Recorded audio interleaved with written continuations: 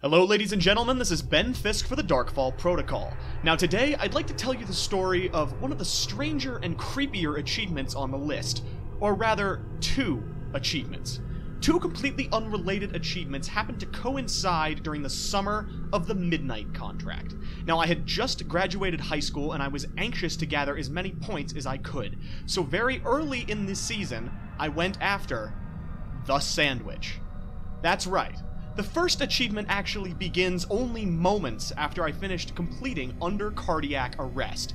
As you may remember, I had wolfed down that sandwich, cursed out Daniel, and felt like throwing up everything I had eaten, which at that point was quite a lot. Daniel and I had planned to pursue more achievements, but because I was unable to move, we decided to go after some easy ones.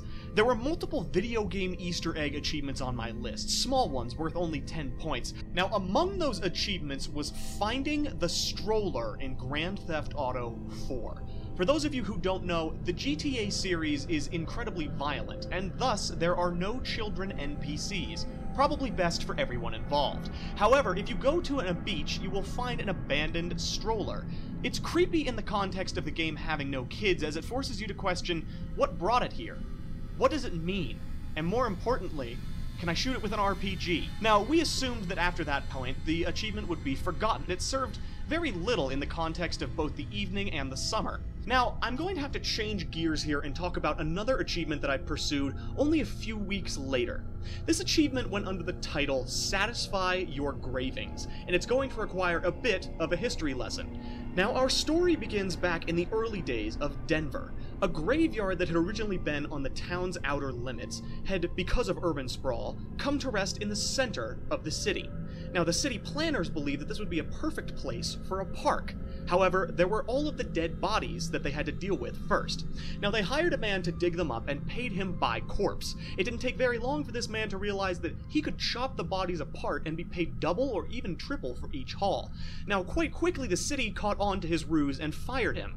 Now, you would think, hey, there's still a bunch of corpses there. Aren't they going to do anything about that? The answer is a resounding no. The city decided to make Cheeseman Park into just that, a park, without removing the rest of the cadavers. The urban legend states that if you go there during certain times of year when the grass is growing, you'll be able to see thicker patches, which are, according to legend, graves. Now, I had to see if this urban legend was true, so a group, including both myself and Daniel, headed to the park one night in order to conduct some research. Now, this is where the story starts to sound unbelievable. But I believe that I've documented time and time again that the most unique circumstances often unfold when I'm around. So, when we approached the grass field, we were greeted by this sight. An abandoned stroller. There was no one around and the park was completely silent and still. And yet I decided, despite this ominous omen, that I was going to head across. Now, after the creepiness of this empty stroller, only one of my group members was willing to make the trek across the field. We headed on our way, and it's impossible to say if we were looking for it or if it was there naturally. But I swear that there were certain patches that were much, much denser, greener, and darker than the surrounding area. Now, we made it all the way across without incident, and soon returned. It was at that point that we saw the large structure at the edge. Now, some of you are probably thinking, that looks like a mausoleum, and of course, that was our first thought as well, so we had to go investigate. It looked like some kind of a meeting hall despite the ominous pulpit preaching to a choir of darkness. And it was as we were leaving and I was snapping a couple of cursory shots that I took a picture that I didn't fully understand for quite some time. It wasn't until later, after I had uploaded the picture, that I was studying it more closely. And I saw something written on the side of an electrical box. Now, I didn't put it there. None of my friends claim to have put it there. Now, it's up to you whether you believe it or not. But in my opinion, there was more than one ominous omen present that night.